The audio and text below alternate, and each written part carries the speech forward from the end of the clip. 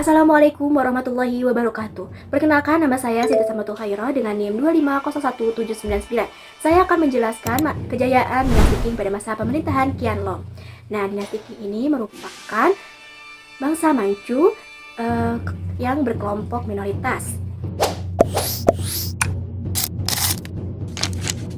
Kita kenalan terlebih dahulu ke Qianlong. Qianlong ini merupakan putra keempat Yongzheng yang merupakan kaisar kedua, sekaligus Qianlong juga merupakan kaisar keempat dinasti Qing. Nah, ia mempunyai kakek yang sangat pemberani, yang merupakan kakeknya ialah Kangxi, yang merupakan kaisar kedua dinasti Qing. Qianlong juga sangat meneladani kakeknya, sehingga setelah memerintah selama 60 tahun, ia berhenti agar tidak melebihi masa pemerintahan kakeknya.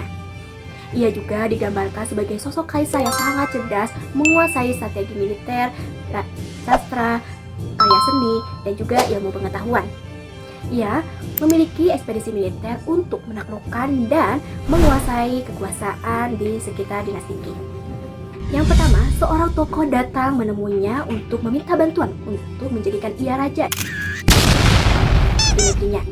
Lalu, Qing mengirim jenderal untuk membantu ekspedisi militernya.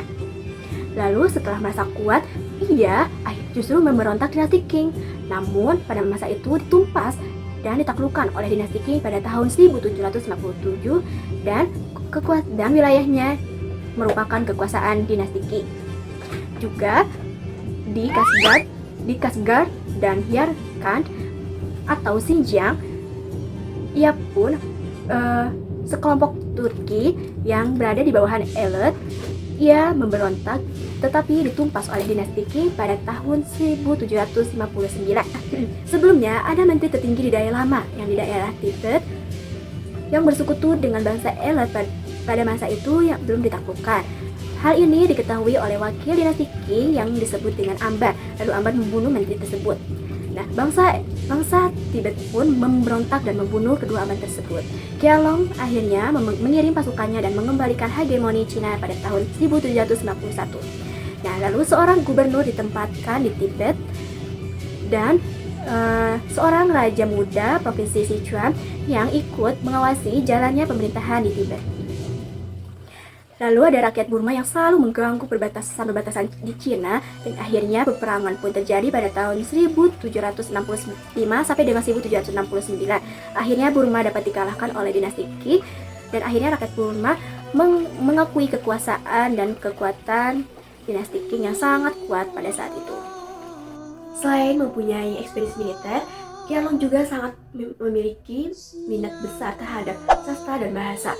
Ia memiliki 30.000 syair yang karya yang terkenal yaitu elegi mengenai Macbeth dan Tet. Ia juga sangat berusaha dan berjuang untuk memperbaiki bahasa Manchu yang merupakan bahasa resmi dinasti Qing. Namun sangat ironi, di sisi ironinya, Qianlong itu walaupun sangat mencintai bukunya, tetapi ia memerintah pembakaran kepada sekitar 2.300 buku.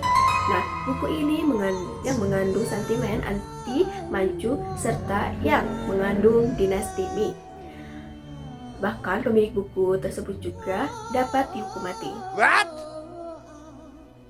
Nah, kemasyhurannya Qianlong tidak hanya sampai sini saja, tetapi ada pun salah satu filsuf terkenal yaitu Voltaire. Ia menyatakan bahwasannya Qianlong itu dapat sejajar dengan Frederick Agung yang merupakan raja yang menyukai kesusastraan. Nah, pada masa pemerintahan Qianlong juga penduduknya sangat berkembang pesat dari 60 juta sampai dengan 300 juta. Nah, kenaikan ini karena berkembangnya pertanian. Nah, pemerintah membuka lahan-lahan baru untuk petani dan memberikan hadiah kepada petani apabila hasil panennya bagus. Nah, ada pun peristiwa penting yaitu kedatangan duta besar yaitu Macartney, yang dimana ia ingin membuka hubungan perdagangan dengan Cina. Tetapi Qianlong pada saat itu menolak karena Cina tidak membutuhkan barang-barang dari Barat. Maka dari penolakan itulah hubungan Cina dan Barat itu semakin tegang. Sebelum masa pemerintahan di Qianlong berakhir, ternyata Qianlong menjatuhkan kekuasaannya ke tangan pengawal istana yang bernama Heshun. Nah, Heshun ini telah melakukan korupsi besar-besaran sehingga menyebabkan runtuhnya pemerintahan dan ketidakpuasan rakyat pada saat itu. Nah, akhirnya Qianlong wafat pada tahun 1795.